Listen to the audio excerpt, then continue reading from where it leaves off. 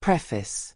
It was around the middle of the 8th century, in a Wallachia troubled by needs and longings, when the endless forests hid band after band of outlaws, and when the dusty roads groaned under the harnesses of greedy boyars, and in the heart of the country, where the hills undulated slowly towards the dense forests, stood the Golden Stag Inn, a sturdy building of stone and wood, with small windows and heavy shutters, smelling of resin and roast meat.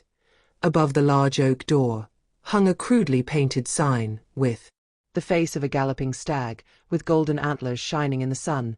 The innkeeper, Costea said, was a round man, with a bushy beard and eyes always searching the roads, in his soul. He was both fearful and greedy, but he knew how to keep the secret of those who crossed his threshold next to him. The innkeeper, Ilinca, a slender woman with forest eyes and a mouth as sweet as honey, ruled the inn with an iron hand in a velvet glove. She took care of the food, the wines, and especially the more daring customers, because she knew how to guard her honor and not leave a bad word behind her. On an autumn evening, when the wind shook the poplar leaves and whistled like a wanderer on the roads, Rada, a beautiful gypsy woman you rarely saw, entered the inn. She had skin like a walnut kernel, black hair long to her waist, big and bright eyes as if she stole the stars. He was accompanied by a small band of fiddlers, but she was a gem. She played the kobza and accompanied her voice with a light dance, like a breeze. All eyes were on her, but Rada sang and played as if only for someone who had not yet arrived. And then, with a gust of wind and the creak of the gate, Vlad, who aims well, the most feared outlaw in the southern lands, entered the inn.Tall, with eyes as green as ivy and a black woolen cloak on his shoulders. He carried 2 pistols and a hanger with a silver handle at his belt. Behind him walked about a dozen other outlaws, all strong, with faces burned by the sun and wild looks. Vlad was known for his band, Sons of the Forest, men who robbed wealthy boyars and divided the spoils among the poor. The people loved him, and the police hunted him down without rest. When Rada saw him, her voice trembled for a moment, then she began to sing a song of longing and fire, such as had never been heard under the roof of the inn. Vlad stopped in the doorway, his eyes fixed on her, as if time had stopped. "Innkeeper, good wine and full tables," Vlad shouted, and everyone gathered the courage to laugh and worship.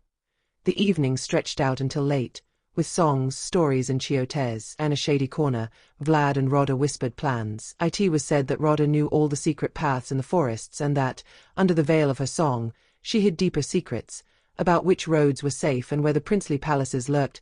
Those times were full of betrayals, of princes sold to the port and boyars who built their mansions on the backs of peasants. But on nights like that, under the roof of the Golden Stag Inn, the poor, outlaws and dreamers remembered that there was still beauty, longing and hope. It said that after that night, Vlad and Rada were inseparable. When the kobza sounded in the forests of Wallachia, it was known that the Sons of the Forest were near. And wherever they went, it was said that Vlad, who aims well, fought not only with the hanger and the rifle, but also with the song of Rada, a song that could soften even the most hardened heart. Chapter 1. Meeting under the stars of the forest. Night had fallen over the land like a heavy cloak, sprinkled with thousands of fireflies in the sky. The stars sparkled deeply, like watchful eyes, silent witnesses of the secrets that were about to be revealed. The wind rustled softly through the forest leaves and brought with it the scents of resin, reeds, and burnt wood. The Golden Stag Inn was buzzing with joy. The fiddlers were playing hard, and the glasses were clinking loudly on the thick wooden tables, polished by time and untold stories. Vlad, who aims well, the leader of the outlaws, stepped through the door with his free and untamed air, tall and strong, with a gaze as sharp as a sword blade and a heavy gait, of a man who knows that every moment could be his last. He brought with him the darkness of the forest and the Freedom Mountains. When his eyes met Rada's, the world seemed to fall silent for a moment. The music continued to flow, but each sound seemed whispered in a language only theirs. Rada sat on a small stool, her kobza resting lightly on her thigh, and her hair fell in black cascades over her shoulders and back. Her white barangic dress, embroidered with red thread at the hem and sleeves, trembled slightly as her fingers caressed the strings. Her thin ankles, girded with blue beads, gently beat the rhythm of an unseen dance, a mute call to forgotten lands. Vlad approached slowly, like a wolf drawn by the song of the forest. "You sing beautifully, fire maiden," he whispered in a soft, deep voice, like the murmur of rushing waters. Rada looked up and smiled, but did not answer. She simply bowed her head slightly, a sign that she had heard and accepted the praise. A wild, living flame shone in her eyes, which neither chains nor fear could extinguish. The innkeeper Ilinca, with her keen sense for unusual events, watched everything from behind the counter, uselessly cleaning a jug. She knew, as any woman in the world knew, that an invisible covenant was being made between these two at that moment, stronger than any oath spoken aloud. Later, when the noise of the inn had subsided, Vlad slipped into a dark corner of the courtyard, under the canopy of an old lime tree. There, like a vision emerging from the mists of the night, Rada came. She did not seem to be walking, but rather that floats over the beaten grass, under the pale rays of the moon. Her skin had the soft sheen of amber. "What wind brings you here, forest chief?" she asked, her voice whispering to him, like a leaf touched by the breeze. Vlad took off his hat and ran his hand through his flowing hair. "The wind does not carry me, Rada, I carry myself. But who knows? Maybe this time, your song carried me." Rada laughed softly. It was a crystalline laugh, but with a wave of sadness in it. Vlad looked at her better and saw that her beauty was not only of the body, but especially of the soul, a free and wounded soul, like a bird afraid of a cage. "I know who you are, Vlad who aims well," she said, looking straight at him. "You are the man that gentlemen hunt and the poor praise. But do you know who I am?" "You are the most beautiful singer I have ever seen," he said with a sly smile. She tilted her head slightly, but she did not seem satisfied. "I am more than that. I am the daughter of the road, the sister of the wind, the child of homeless nights. I am gypsy blood and a song of fire." The words rolled from her lips with a rough pride, like river stones. Vlad, who had seen a lot in his life, felt a tightness in his chest that he had rarely felt. He approached her, careful not to scare her freedom with hasty gestures. "Rada, come with me to the forest. I am in the shade of the beech trees and in the roar of the streams. That's where you belong, with me and my people. No lord will yoke you, no mistress will command you. You will sing under the open sky, and every star will be a witness to your life." The girl looked at him for a long time, silent. Fears and desires danced in her eyes, a call, but also a shiver of distrust. "What you ask of me, Vlad who aims well, is no small thing. I am not a woman to sit next to a man like a cat at the hearth. I only bind myself to heaven and earth, not to words." The outlaw smiled, a sad and gentle smile. "I am also a son of the forest, Rada. I do not ask you to bind yourself to me with chains. But let us run together, until death overtakes us." Cloud passed over the face of the moon, and for a moment the entire courtyard was plunged into darkness. When the light returned, Rada was one step away from Vlad. She raised a thin hand and touched his cheek, lightly, like a blessing or a curse. "Okay, outlaw," she whispered, "I will sing for you. But know this, whoever has me by their side carries fire and sword in their soul." "As I wear," said Vlad. Then, in that deep silence, they made a silent covenant, without an oath, without spoken promises, but more lasting than all the princely books. When they returned to the inn, the fiddlers were singing an old doina, full of longing, and no one had noticed their absence, or if they had, they would not have said anything. In those days, it was better not to ask, not to know and not to tell. Old man Costea, the innkeeper, rubbed his hands with satisfaction. A rich night and no trace of power had been predicted. The innkeeper Ilinca, wise as an old she-wolf, reprimanded him with her eyes, knowing that silence was always the prelude to the storm. Rada picked up her kobza again and sang, but her song was different now. It had a new sap in it, as if her voice it grew deep roots in the hearts of those who listened to it. And Vlad, with a barely outlined smile under his mustache, looked at her like a treasure discovered in the depths of the forests. Neither of them knew then how short their peace would be. But that night, under the cold stars and the indifference of the world, two people had found their freedom in each other. And Rada's song floated over the land, like a promise. Chapter 2. Robbery at the manor of landowner Manolake. It was a late autumn morning, with low mists like ghosts crawling over the ground. The forests trembled with anxiety, and the forest seemed to hold its breath, foreboding the events that were about to happen. Vlad who aims well gathered his band in the large clearing, where the old oak tree with its shattered trunk had witnessed many advices and plans. There were 12 outlaws, each chosen by their own eye, proud men, quick as thought and fearless as hungry wolves. This time, however, Rada was also in their circle. She carried no weapons, but she hung a small dagger with an ivory handle at her belt. Above all, however, she carried her greatest gift, the kobza, held tightly to her chest like a promise of fire. Vlad stood up and spoke to them briefly. "Brothers, today we will strike at the manor of the landowner Manolake on the edge of the Lagului Valley. He stole enough from the people, he stuffed himself with the sweat of the peasants, and built stone walls and guard towers to protect his wealth. But neither the walls nor his armed servants will save him from us." The outlaws murmured softly, a sign that they were ready. Vlad then turned his gaze to Rada. "You, beautiful Rada, have the hardest task. You will have to enter the manor first. With your song, lull their vigilance to sleep. Let your song intoxicate them, charm them, until we sneak in." The girl smiled slyly and slightly tilted her head, a sign that she understood. In the evening hour, when the sun slipped through the branches, dressing the world in the light of molten gold, Rada walked towards the gates of the mansion. She was nothing more than a wandering gypsy, with a kobza on her shoulder and a smile on her lips. The guards, two strong but foolish young men, looked at her with lust and let her pass without asking questions, and the boyar's courtyard, white walls rose, with arches and towers, and windows with heavy shutters. Above, the boyar's coat of arms, an eagle with outstretched claws, rose proudly, as if it wanted to tear the clouds apart.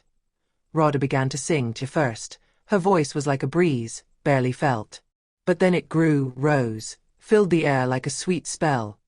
She sang about love and longing, about endless roads and starless nights. Her song was an invisible net into which they fell, one by one, all those who listened to her. The landowner Manolake himself, a fat and haughty man, with gold chains around his neck and a belly protruding from his belt, came out onto the porch and, delighted, ordered her to sing louder. He ordered wine and food for the girl, and told the servants not to upset her. Meanwhile, Vlad and his men slipped through the walls, using the shadows of the evening as cover. They climbed over the back fence, bathed in wild ivy, and crept towards the cellars where, they knew well, the landowner kept his treasures and money. Rada sang and danced, turning gently, with measured steps. While her voice undulated the air, her eyes watched every movement. She saw the guards leave the gates to approach closer to her. She saw their gazes grow blurry, their hands let go, the spears fell, enchanted by the magic of the song and the dark cellars. Vlad and his men filled their bags with gold, expensive fabrics and perfumes. Gold rings, heavy bracelets and silver goblets. Everything was going as well as could be, until the moment when a child of the house, frightened by a shadow, raised the alarm. A shrill bell rang from the tower. Shouts, footsteps, swords hastily drawn. Vlad swore briefly between his teeth. "The exit! Quickly!" They went out into the courtyard just as the boyar, dressed in a nightgown embroidered with gold thread, began to shout like a madman. "Shoot at them! Take them dead or alive!" But it was too late. The 12 outlaws had thrown themselves into battle, swift as eagles, with their hangers and broadswords. They cut the path before them. Vlad was the first, a black shadow piercing the night. Rada took the small dagger from his belt and, with a lightning movement, cut a rope that supported the small gate at the back. In an instant, the gate fell, opening a way of escape. Vlad saw it and, with a shout of victory, gathered his men. "This way, brothers!" After Rada. Struck by anger, the landowner's servants scattered in all directions. That night, Manolake lost more than the gold. He lost the fear that he had sown in the hearts of the people of the village. They fled through the forest, jumping over roots and whistling through the trees, until they reached their secret clearing again. Tired but happy, the outlaws burst into laughter and song. The sacks of loot were thrown into a large pile, and Vlad, with his eyes shining with joy, looked at Rada. "Without you, beautiful girl, we would not have escaped like this. You were our song and sword." Rada smiled, breathing heavily, with cheeks burned from running and eyes full of light. "I was your song of salvation, Vlad who aims well. And I will be yours as long as the wind blows through these forests." That night, under the starry sky and in the fresh scent of the forest, the outlaws swore allegiance to their new companion, Rada, the gypsy with a golden voice and a soul of fire. And their legend began to grow, carried from village to village, from mountain to mountain, like a story of fire, blood, and freedom. Chapter 3. Sons of the Forest. In the depths of the forest mountains, hidden under the dense and swampy foliage of the forest, was the Cave of the Wolves, the place where Vlad and his band had their abode. The entrance was well hidden, between two colossal rocks, covered with ivy and thick moss. Only those who knew the signs of the forest could discern the path that led there. A particular broken branch, a stone carved in the shape of a cross, a peculiar rustling of the leaves.In the cave. The light of the campfire danced on the damp walls. There, in a deep niche, chests full of gold, jewels, and perfumes robbed from greedy boyars were gathered. Each loot carried the story of an avenged injustice, of a peasant freed from the yoke, of a widow saved from hunger. Around Vlad had gathered 12 outlaws, each with his own story and pride. 1. Ilinca, the swift young man, thin and agile as a weasel, the most skillful one, escaped from traps and ran him on untrodden paths. 2. The old man Leonti, old man, with hair as white as a scythe and eyes as green as a leaf, had once been a peasant and knew all the secrets of weapons and stars. 3. Sandu, fire fierce in anger, but faithful until death, with a long and heavy sword that he wielded like a toy. 4. Nita, the one who doesn't speak, a silent giant, who had lost his speech in a battle, but spoke with his eyes and fist. 5. Costea the greater, the one who laughed in the face of danger, as if death were a bad joke. 6. Grigor Iron Hand, a blacksmith by trade, he straightened horseshoes with his bare fists and swung his mace like a stick. 7. 4 Hawk Eyes, an elite marksman with a bow and rifle, he never missed 100 paces. 8. Mihalake the fiddler, played songs of sorrow and joy on the violin, soothing the souls of outlaws on winter evenings. 9. Vasile Al-Ant, nephew of a witch, he knew how to read the signs of the weather and guess the approach of the plague. 10. Toda the lame, although he had a lame leg from an old bullet, he rode better than any healthy boy. 11. Elijah the wild raised in the forests, ate acorns and raw meat, and knew the hiding places like a predator. 12. Dinu the temperate, the man of advice, with a clear and temperate mind, who always brought peace between the outlaws when pride threatened to divide them. These were the sons of the forest, and their names were spread throughout the villages and mountains of Wallachia, as a promise and a threat. For the poor, a hope, for the rich, a fear. Their cave was more than a shelter. It was a home, a fortress, and a sanctuary in a deep recess. Vlad had dug a secret grotto with his men, where they kept the gold. They were hidden in large oak chests, covered with bearskins. There, in secret, they shared the loot, apart for themselves, so that they could live freely, and most of it they sent to the villages, to help the oppressed. Above the cave, the eagles circled in wide circles, as if watching over them. In those days of freedom, the love between Vlad and Rada blossomed, like a rare flower in the heart of the forest. In the evenings cool, after the song of the outlaws subsided and the fire slowly died down, Vlad and Rada would retreat to a corner of the cave, safe from the gaze of the others. There, Vlad would look at her for a long time, with those gentle wolf eyes, and caress her hair black as embers. "You are my fire, Rada," he would whisper to her, in a low voice. "You are my longing, and my comfort, and my insomnia." And she would laugh softly and caress his cheeks, where the beard that had begun to grow gave him the air of a king of the forests. "And you are my song, Vlad. The song that no master can take from me." Under the thick cloak of the forest, their hearts beat in a rhythm only theirs.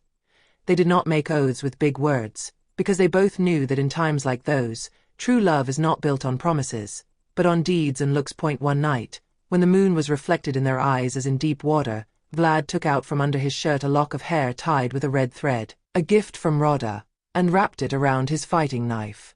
"Wherever the wind takes me, wherever my steps run, you will be with me," he told her, and Rada, with eyes full of unspoken tears, sang him an old song, about the love of outlaws and gypsies, about endless longing and about beautiful death in the forest. In those nights, under the living stars of the forest, Vlad and Rada were richer than all the boyars and lords of Wallachia. But in the world, the news of their deeds spread quickly, and in the shadow of the great princely courts, the plundered boyars and the prince's envoys were hatching a terrible plan, a large force with dozens of horsemen, to catch and tear apart the band of the Sons of the Forest. But Vlad, who aims well, proud and fearless, knew no fear. He only knew about the forest, freedom and Rada's love. And for these things, he was ready to fight until the last breath. Chapter 4. Rada's spells and the oath at the river. Summer had come over the forests of the forest mountains with a dizzying force. The earth groaned under the scorching sun, and the leaves burned green, beaten by the heat. The air was thick as a blanket of smoke, and the eagles floated motionless in the white sky, their wings that summer. The sons of the forest did not sit still. Vlad, with blood boiling in his veins, planned a bolder coup than ever, the robbery of a princely court, on the edge of the Campulung fair, where the treasurer had collected taxes from the villagers to send them to the princely court.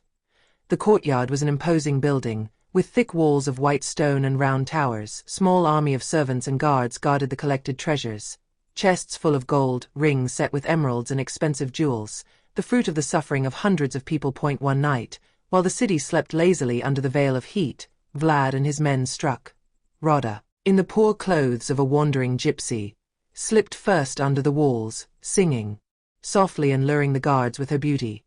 Her wide skirt fluttered in the wind, and her barefoot steps made no noise on the hot stone. Rada's eyes, large, almond-shaped, black as ebony, shone in the night like two fallen stars.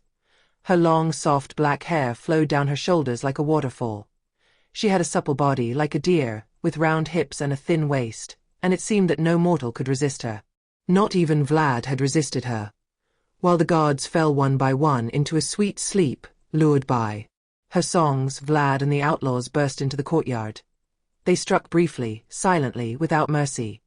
When dawn had touched the stone towers with their thin fingers, the sons of the forest were already far away, with their chests full on their backs. This deed, more daring than all, made the forests resound with songs, and entire villages began to honor the outlaws as saints of the poor. But that summer, something unseen was being woven in secret, on the edge of the human world. Rada, the beautiful and wild, kept a deep secret hidden even from Vlad. The blood her gypsy charm gave her, gifts inherited from ancient times, from her ancestors who had spoken with the wind and the waters. She knew how to read smoke, to bind words and desires, to break wills or bind destinies. And on a full moon night, when the forest was white as a dream expanse, Rada put her plan into action. She had loved Vlad from the first moment she saw him, a tall man, with broad shoulders and a gaze as sharp as a sword. His black hair fell on his forehead in a wild wave, and his short-cut beard reinforced his voivode features. His strong hands knew how to hold the hanger, but they also knew how to caress with an unexpected gentleness. In his eyes, Rada had seen the fire of the forest and the unquenchable longing for freedom. She didn't want to lose him. She didn't want another woman, be she a princess or a witch, to snatch him away from her and the mystery of the night. Dressed in a white dress, light as steam, Rada went down to the river. There, in the moonlight, she spread a circle of flowers on the bank and lit 3 candles made of black wax. Her voice, low and singing, uttered the forbidden words, learned from the old women of her people. Flowing water. Link his heart to my heart. His blood to my blood. His longing to my longing.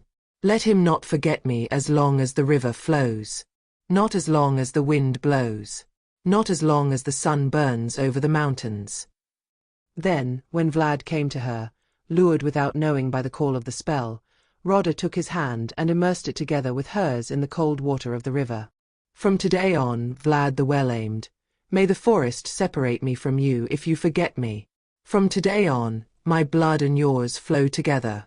Vlad looked at her without words, with a deep shine in his eyes. He did not know about the charms that were woven around them. He only knew that he loved her with a love that could not be broken by either the prince's sword or the edge of death.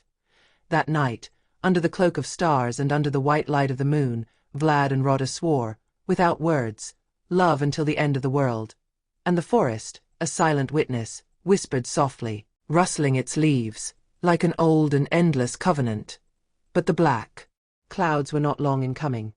The news of the robbery at the princely court had shaken the country, and the princely army, thirsty for the blood of the outlaws, was preparing for a persecution the likes of which the forest had never seen, and Rada knew, deep in her soul, that the time would come when she would have to choose between her love and their freedom.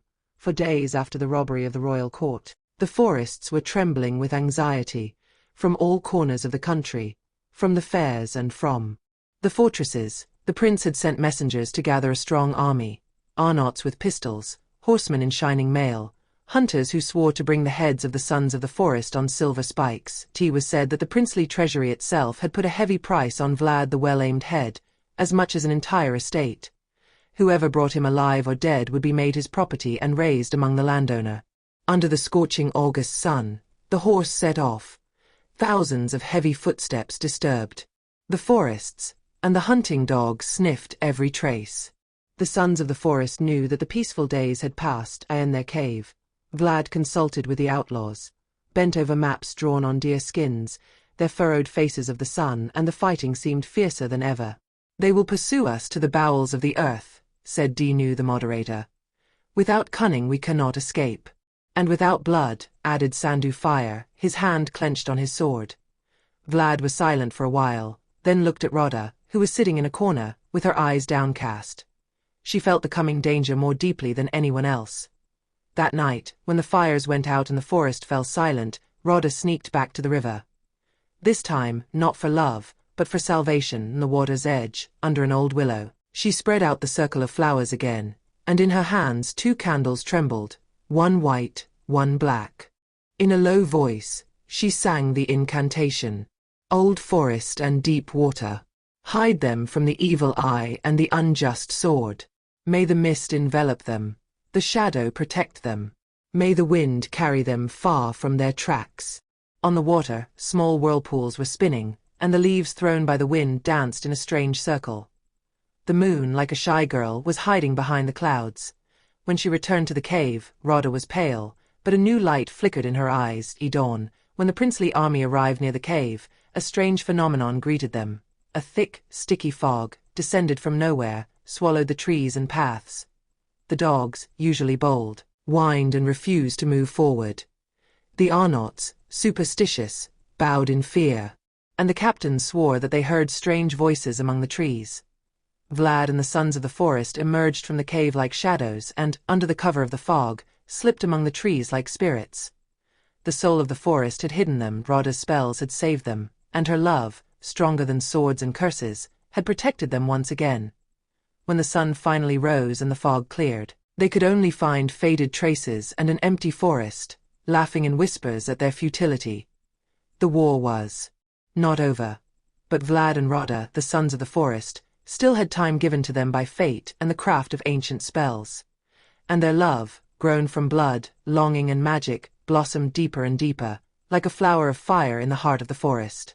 Chapter 5. The Flame of the Uprising.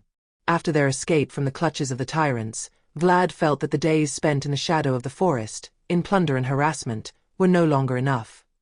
His heart burned with a greater desire, to raise poverty to fight, to break the landowner's yoke, to disperse the fear that had held people to their knees for centuries. Under the heavy foliage, in the shelter of their hidden cave, he gathered the crowd and spoke. "Brothers, our time is not just to fill the coffers with the landowner's gold. Our time is to open the eyes of the villages, to break the chains. The poor should no longer live in darkness and hunger, under the whip of the boyars and the monarchy." The men listened to him with their souls aflame. Bright eyes, clenched fists.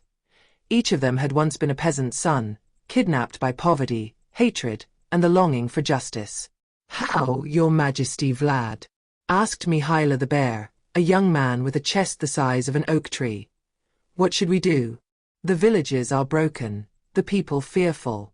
"We start slowly," said Vlad. "We go from village to village. At night, we talk to them. We bring them grain and gold stolen from those who collected it from them. We show them that they are not alone." Rada, sitting on the edge of the gathering, smiled secretly. She knew that in Vlad's blood boiled more than the thirst for gold or glory. It was an old flame of the master of the land. That night, the Sons of the Forest scattered through the lands, from the edge of Campulung to the bottom of Muscle. They whistled at the windows, left signs on the doors, knelt at the people's hearths and whispered to them. "The big day is coming. Vlad is coming to take you out of the darkness. Get ready." In the villages, the rumor grew like a spark in dry hay. But the danger also grew. The lord of the country, informed that Vlad who aims well was planning not only robberies, but also an uprising, ordered a new, larger army to be gathered, with foreign peasants and spahis. The landowner, terrified that they might lose their wealth and estates, began to collect even heavier taxes, whipping village after village in an attempt to defeat any trace of disobedience. The peasants, however, with bleeding wounds on their backs, no longer obeyed as before. They secretly looked at the green forests and waited. They waited for the sign, and a night when the moon floated like a gold coin in the velvet sky, Vlad and Rada descended into a large village, where the land was weeping from drought, and the people where they were wringing their hands from hunger. In a house on the outskirts, with the windows closed and a few candles flickering, the peasants gathered to listen to him. Vlad, tall, with his heavy leather cloak on his shoulders, spoke. "How many times have you gone to the boyar with the wheat you worked for and received beatings and mockery in return? How many times have you seen your children starving, while the gentlemen adorned their tables with meat and wine?" A murmur rose from the crowd, like a living pain. "Now is the time to say enough. If we stand together, back to back, no one will be able to break us. We will raise the villages. We will break down the gates of the boyar courtyards. We will take back the land that was stolen from us." The women were crying. The men were clenching their fists with clenched teeth. An old man, his face lined with years, stood up and said, "With you, your majesty, we will go anywhere. We are tired of dying on our knees." His cry, harsh and true, echoed like thunder in the room. That's how it began, and the following nights, more and more villagers sharpened their scythes not for the harvest, but for war. Women melted iron and made spearheads. Children carried the news from one village to another. The earth, beaten by the sun and injustices, boiled with impatience, and over all this Rada, with her hidden gifts, wove an invisible web of defense, a silent song of protection, a call to the forest and the waters to support them. And in the bosom of the forest, among the centuries-old trees, Vlad prepared not only outlaws, but an army of peasants, of men with beaten palms, but with hearts of steel. And so, in that terrible summer, in the old forests of Wallachia, a small flame was born, but thirsty to burn to the sky. The flame of the uprising. Chapter 6. Vlad, the priest of the village. On a red moon evening, when the wind brought the smell of dust and burnt grass, Rada pulled an old scarf over her shoulders and, laughing with meaning, said to Vlad, "Come with me, handsome, I will take you back to my people. But not like this, a proud and mounted leader, but disguised, as a priest." Vlad raised an eyebrow, but in his playful eyes the spark of adventure lit up. "You mean a priest? Me? To bow and give a blessing?" "That's right, my dear. Without a priest, there is no blessing among the gypsies when the weather is bad. And now is the worst weather." Rada dressed his slender body in a long black robe, and put an old black woolen fez on his head. All that was visible was his long beard and his deep-set eyes, shining like fire. "You are more priest than all the monks from Costea," she giggled and shook his hand. They both set off through the forest, on untrodden paths, until they reached a wide clearing where the tent had set up its abode. It was a poor gathering. A few carts with rickety wheels, covered with torn blankets. A weak fire crackled in the middle, and the smoke rose lazily into the night. A few battered dogs were wagging their tails as if they were sleeping, and barefoot children were running around, with empty bellies, and laughing. Radia's father, a skinny gypsy, with a face tanned by the wind and small eyes as black as blackberries, sat on a log and carved a flute.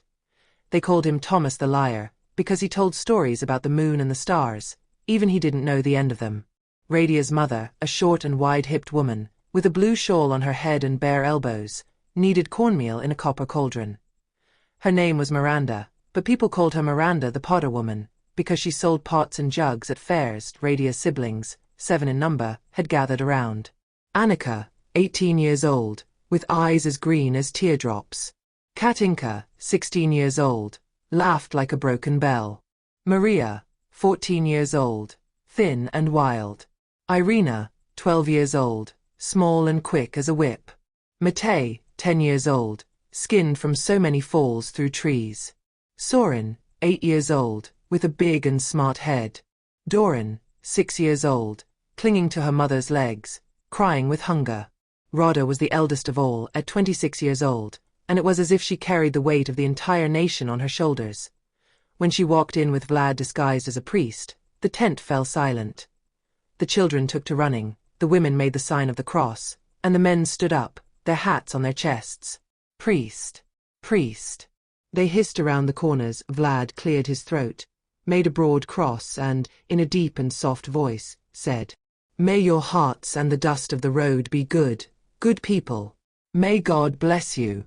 The gypsies fell to their knees, one by one, and old Toma, in tears, kissed the hem of his coat.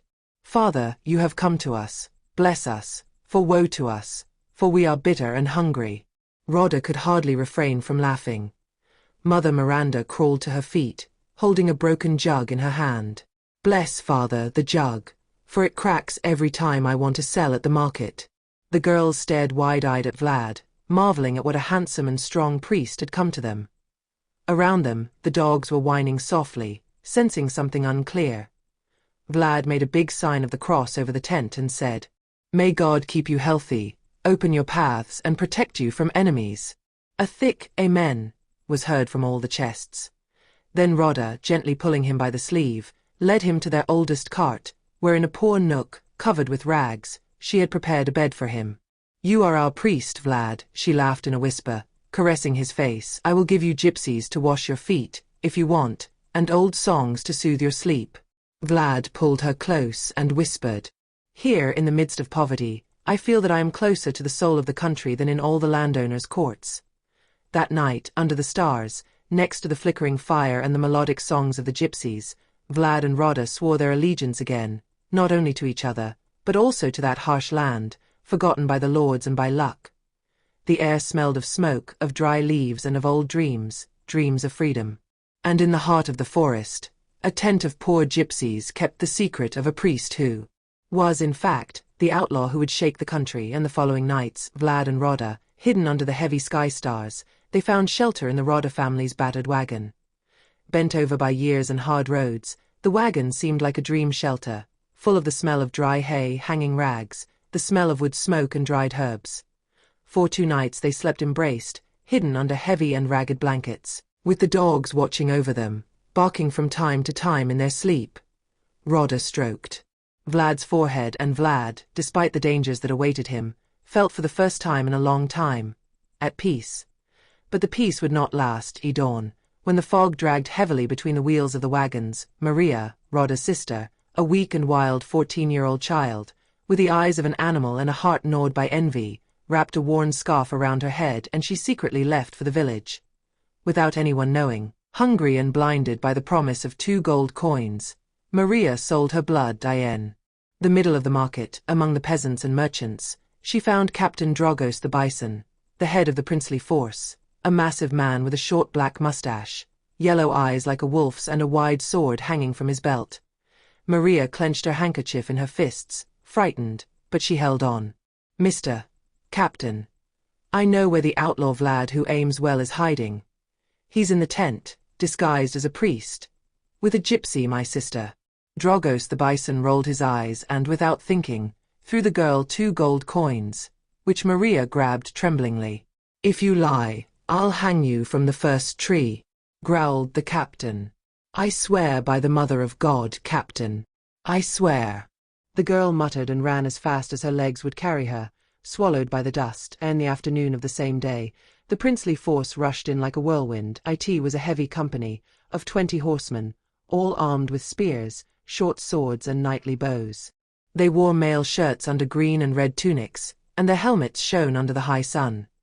The horses were nervous, breathing heavily, ready to chase. Their head, riding a pitch-black stallion, came Dragos the Bison, his face set in hatred and determination. The sounds of horseshoes and the shouts of soldiers pierced the silence. Terror fell upon the tent. The poor gypsies, women, children and old people, fled in all directions like birds in danger, and the carts overturned in their frantic rush. Vlad felt the tremor of danger before he saw the horse. Rada, with wide eyes of fear, snatched his hand away. "Betrayal. We are fleeing, Vlad. They have sold us out." He didn't ask who. Deep down, he knew. He looked for a moment at Maria, who was trembling with her eyes on the ground, hidden behind a cartwheel. There was no time for judgment. In an instant, Vlad and Rada slipped between the carts and jumped into the dense forest. Vlad, who knew the place, found a hidden path between the bushes and roots and took it there, pulling Rada after him. Behind them, the howls of the herd rang out. "Vlad who aims well. Vlad who aims well. Don't let him go, you dogs." Dragos the Bison, filled with rage, dug his spurs into the stallion's ribs and galloped away, but Vlad was as fast as a wolf in the forest. The escape turned into a race for life. Rada, barefoot and with her dress torn by wild branches, did not utter a single groan. She was the daughter of the earth and the wind. She was Vlad's. After a seemingly endless run, when the horse was left behind, Vlad took a deep breath and said, "We will return, Rada. Not today. But I swear on this forest, Captain Drogos the bison will pay with blood for this betrayal and this hunt." Rada's eyes, deep and black, shone with tears and oaths behind them. The tent was shattered, the dust lifted into the air, and the troop, led by the wolf-eyed captain, swore not to let up until he crushed the outlaws, one by one, between Vlad the Impaler and Drogos the bison. An enmity was born that would burn and bleed for many nights to come. Chapter 7. The Night of Revenge. Hidden deep in the forest, in a clearing guarded by old oaks, Vlad the well-aimed and the Sons of the Forest were plotting revenge. Around the small, barely flickering fire, stood the most prominent of the outlaws. Ilinca the swift, with brown eyes and a bushy mustache; Nita the silent, agile and light as a shadow, four-eyed falcon; the one with a voice as thick as thunder and arms as long as a tree trunk; next to them, Rada, with her deep black eyes, was huddled in a grey cloak, caressing some dried herbs, and a bottle of spring water in her hands. "This time," Vlad whispered, "we will strike. They think we are running away like beaten dogs. But we will show them that wolves do not die, they bite harder." The Sons of the Forest agreed with their heads bowed. The plan was simple and dangerous: to lure the power into an old swamp, where their heavy carts and their strong horses would get stuck, then to strike, quickly and mercilessly, without shedding unnecessary blood, just enough to put fear in their bones. Rada, who knew all the roads and all the spells of the forest, took on a heavy part of the plan. "I will make the power lose its mind in the forest," she said in a low voice. "They will see shadows, they will hear voices, they will feel sick in their bones. And when they are ready to fall to their knees in fear, you men will catch them like partridges." Vlad looked at her with love and pride. That night, under the flickering stars, Rada did her work. She gathered sleeping plants, mandrake leaves, wormwood threads, hazel twigs and medicinal weeds. She filled the air with thick smoke and murmured old incantations, learned from the old women in the tent. "Woodland, little forest, confound the path, twist the road, take them far away, make them no longer know their steps." And the forest, as if alive and obedient, began to spread its shadows and whispers. The force, led by Captain Drogos the bison, set off the next day at dawn. They walked through the forest with fear hidden under their helmets and chains. The horses were frightened by nothing, jumping from side to side, and the people murmured prayers in trembling voices. Black shadows and strange shapes danced among the trees. A thin woman's voice laughed from somewhere deep in the forest. "Come on, gentlemen, come closer. Gold and blood to find." The soldiers crossed themselves and gathered their weapons, but they did not stop. Drogos the bison, with his heart hardened by hatred, pushed them forward. "We will catch them today. Today." But Rada, from her hiding place, smiled bitterly. Under the steps of the peddler, the swamp stretched out its wet and deceptive arms. Suddenly, the horses began to sink. Some shouted, others fell from the saddle, others clung to the trees in despair. The dirty and muddy water swallowed their legs up to their knees. Then, the Sons of the Forest, hidden on the edge of the swamp, jumped like wolves. With their bows drawn, their swords shining, they shouted, "Stop! Whoever moves, falls." Without shedding blood, they disarmed them. They were left only in wet mail shirts, humiliated and frozen. Vlad, with a cold smile on his lips, approached Captain Drogos the bison. "Go back, Drogos the bison, and tell your master that the Son of the Forest does not bow. Tell him that the forests hold us with roots and wind, not with chains and shackles." The captain, wet to the skin, with his hands tied, gritted his teeth. "Don't escape, Vlad the well-aimed. I swore death to you. Then learn, Drogos the bison, that death doesn't come when you want it. It comes when the forest calls for it." With that, Vlad and his men disappeared into the depths of the forest, like ghosts, and their wake, the shattered carriage groaned in the mud, and Drogos the bison seethed with anger and shame. That night, up on the rocks near their hidden cave, Vlad and Rada watched the stars. "You are my spell," Vlad whispered to her, kissing her forehead. "And you are my sword," Rada smiled, her eyes sparkling. The forest sighed lightly under the wind, as if blessing them. After the shame suffered by Dragos the bison's power, the news about Vlad the well-aimed and the sons of the forest spread like fire in dry straw in inns, in fairs, in landowners' houses. His name was whispered, with fear and spite. The landowners from 3 counties, Gracinu from Ilinca, Dumitresti from Calarossi and Stănescu from Buzău, gathered in a hidden mansion, with thick walls and few servants.By the flickering light of expensive candles, with mugs of heavy wine in their hands, they decided on a merciless thing. On the head of the outlaw Vlad the well-aimed we put 100 gold pieces, dead or alive. And that gypsy with spells in her eyes, Rada? Asks Stănescu, in a high voice. The woman is more dangerous than the outlaw. Gracinu mutters. I want her alive. Let's extinguish her spells with fire and iron. The landowner's men, paid with gold, were sent to villages and fairs. 100 gold pieces was a great fortune, and many eyes were on the forest and their mountain cave. Among chests of gold pieces, weapons and wolf skins, Vlad consulted with his people. He knew that the hunt was no longer just a chase for prey, but a hidden war, started by the powerful. Neither gold nor death will stop us, he said. We are the blood of the forest. But that night, Rada couldn't sleep. Her eyes were beating, her heart was pounding. She got up from the skins, went outside, and went to the river. Under the starry sky, on the bank full of smooth stones, she lit 3 tallow candles, tied her hair with a red thread and spoke words in the ancient language of the gypsies from the cauldron. Then, she dipped her hands in the water and looked.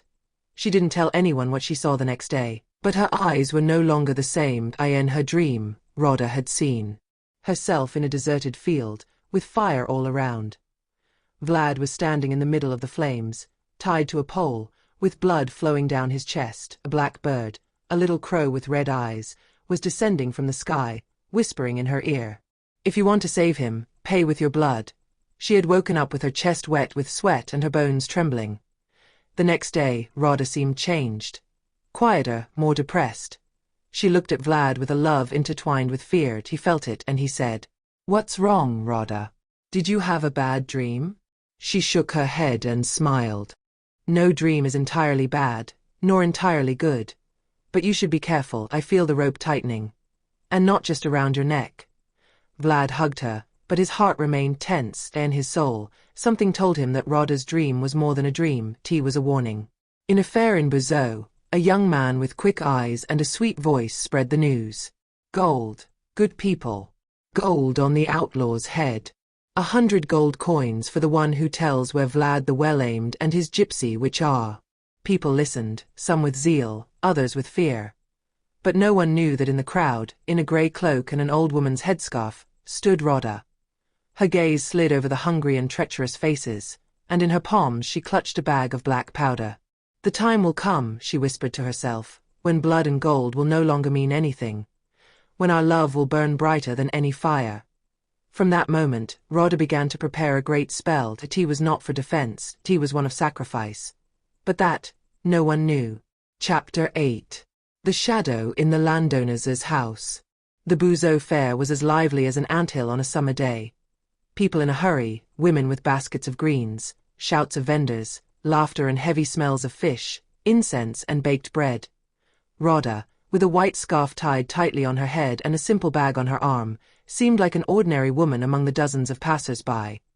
But her dark eyes were searching the world with a purpose. In a secluded corner, next to a fountain wheel, stood a man with thick hair, black as a raven's feather, with a twisted mustache and a snake's smile. He recognized her as soon as he saw her and nodded to her. Rada, the girl of the forest. You haven't changed, you've just lit the fire in your eyes even brighter. Even horse thieves age beautifully. Costea of Ilinca, she smiled, but with caution in her voice.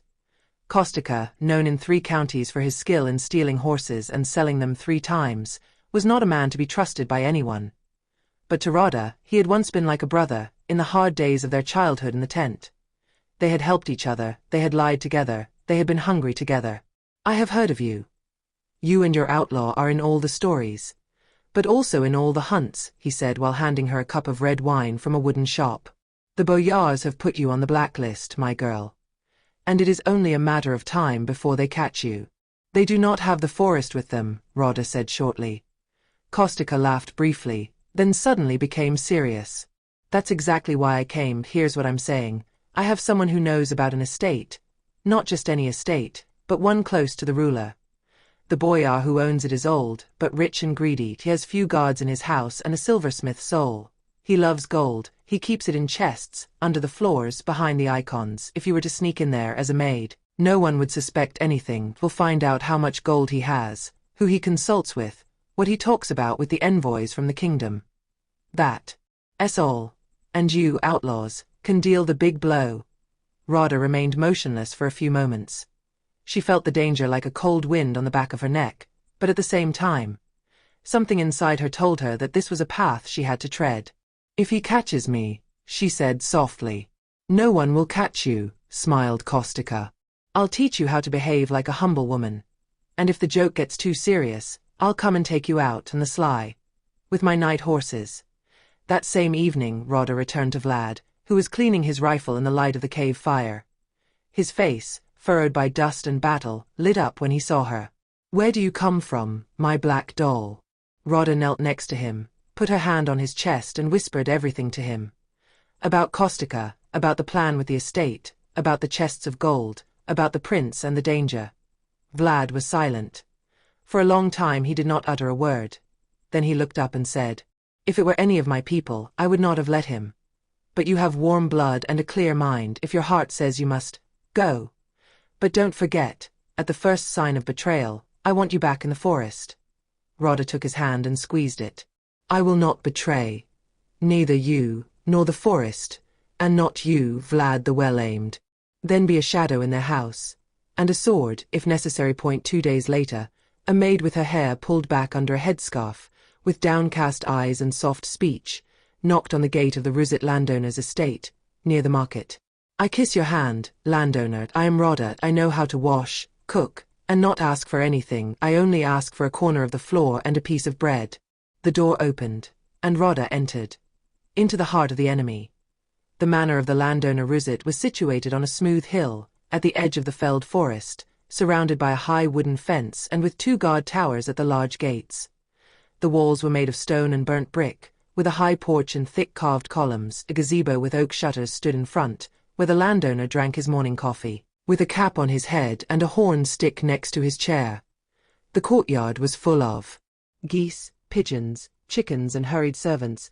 Rada passed among them with her head bowed and her eyes squinted. In a few days, she had already learned all the corners of the manor, where the servants slept, where the cellar with expensive wines was, the room with the dowry chest, and especially, the room of the landowner and the landowner's wife. Landowner Grigory Russet was a man over 50, with big belly, fat fingers full of rings and a thick voice, cut by coughing fits. He was proud and guarded. He rarely spoke to the servants, but his eye stopped once on Rada, on the porch, and stayed there a little longer than he should have. He said nothing, but the boyar saw. The landowner Margiolita was about 10 years younger than her husband, but rounder and more vain. She filled the mirrors of the house with the folds of her skirts and her shapes. She liked to be flattered, to be told that she was proud as an apricot blossom, and younger than spring. Rada quickly realized that Margiolita was weak-minded, but vain and easily dizzy. One evening, when the landowner was being taken by carriage to dinner with another landowner, Rada entered the room with a tray of tea. Landowner. Is the landowner's wife left alone?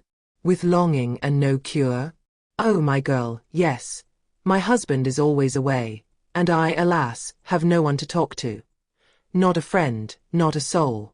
Rada pulled a chair closer and, in a sweet voice, said, I could, wife, if you'll excuse me, tell you your fortune in books, or in berries. I learned from my grandmother, an old woman, but with the voice of fate on her tongue. Margiolita, curious and a little dizzy from the sweet wine, shook her head cheerfully. Come on, my girl, give me your fortune in books. Let's see if there's any love left around. Hee. Rada took out a pack of old and worn Hungarian books and began to place them on the table with gentle gestures. Her voice became a whisper, almost melodious. A woman with brown eyes, surrounded by a shadow. But a light is shown to her. A tall, strong man with a gift from above. Oh, my girl. Is that me? The landowner's wife giggled. Possibly, old woman. But I see something else, a danger. Someone nearby wants to harm you, a servant, a woman, blonde. Probably Katinka. Margiolita jumped, red in the face. It always seemed to me that she was looking at me with a nasty look. Rada smiled furtively. Then she took out a small cloth bag and turned it over on the table. Small, round, red, black, yellow, gypsy beans. Let's ask the corn kernels for divination, landowner. She started twisting them, mixing them and arranging them in strange signs. She muttered old words in the gypsy language, making them sound sacred. Margiolita was bewitched. You come to me every evening, my girl. From now on, you are my secret maid. I won't make you sweep or wash. You have the gift. Within a few days, Rada became the shadow of the landowner. She combed her hair, anointed her with perfumed oil, whispered love verses and stories about what she had seen in books. Slowly, Margiolita began to confide in her everything she heard from the landowner, letters from the rain, who was coming and who was going, rumors about armies and plans against the outlaws. When she was left alone in her maid's room, Rada would write with charcoal on a goatskin, in small, shaky letters. She would hide them in a torn bag under the worn-out board in the corner of the room. She would prepare for the day when she would send a signal to the forest.Vlad. And on those nights, when she fell asleep with her hands on books and berries, Rada always dreamed of the forest, and Vlad's eyes, and the blood that was about to flow. Chapter 9. The betrayal in the song and the message in the shadow. On a gloomy autumn morning, when the fog clung to the roofs of the manor like a spider's web, Rada stood behind the kitchen, pretending to shake out the boyars' dresses. In fact, her gaze was fixed on the back gate, where, under the pretext of selling eggs, Costea the horse thief was making another appearance. Tomorrow at dusk, after the market closes, Rada whispered between her teeth, without looking at him. Vlad must know he is in danger. Costea looked at her briefly, with the wisdom of a man who lives between lies and the sword. Tell me everything. Don't forget, my girl. A short word can save a life. Rada bit her lips, then said quickly. The princely power is preparing. He is led by an executioner named Dragos the Bison, by order of the landowners Rizit. They have learned about the places where the sons of the forest are hiding. They will go straight to the thickly forested cliff, where you guard the gold and weapons. But what's worse? She was silent for a moment, searching for courage in her chest. What's worse is that betrayal has crept among your people. Mihalake the fiddler, the one with the song and the soft smile, was seen receiving a heavy bag from a soldier of Bison. Gold for Vlad's head. Costea froze. Then she muttered. It can't be true. Mihalake? He saved Vlad in the battle at the Red Stream. Maybe that's when he learned to be afraid. But now he's sold out. Tell Vlad. Tell him not to go to the clearing under the rock tomorrow night. They'll be waiting for him with spears and ropes. And if Vlad dies, we all die. Costea nodded, pulled his hat over his eyes and left without saying anything. Past the pig pen, bypassing the well, he disappeared into the fog like a shadow of the wind. 3 days later, in the deep forest where autumn was slowly dying among the dry branches, Vlad and his group had their shelter in the cave hidden among the rocks. They were waiting for news from Rada. They were waiting for sunrise. They were waiting anxiously. Costea appeared on horseback, wet with dew and tired. Vlad jumped to his feet when he glimpsed. What's with this face, thief? Do you bring death or salvation? I bring the truth, Vlad, said Costea, getting off the saddle. Rada found out. Dragos the Bison is preparing to hunt you down. He knew where you were. He has people in the village who are talking, and worse. He has a man among you. Vlad frowned. Who? Costea looked up, silent but serious. Mihalake. That moment, from behind the cave, a soft whistle was heard, the sad melody of Mihalake. All the outlaws turned towards him. The fiddler stood with the whistle in his hand, his face serene, as if he didn't know why the others were looking at him with fear. Vlad stepped towards him. Do you have something to say, Mihalake? What should I say, brother? I didn't do anything. I sang to you in the rain and dressed your wounds. Whoever wants me to be a traitor wants to tear us apart from the inside, Rada said. With her mouth. And Rada doesn't lie, Vlad replied. I saw death in her eyes, but also fire. The outlaws surrounded Mihalake. Doubt floated between them like smoke in a cellar. Mihalake closed his eyes. I didn't sell, but I was weak. They caught me when I was going down to the village to get brandy for our people. They beat me. They made me talk. They threatened me with my brother, the youngest. And I kept quiet, but I didn't swear it, I didn't give names, I didn't say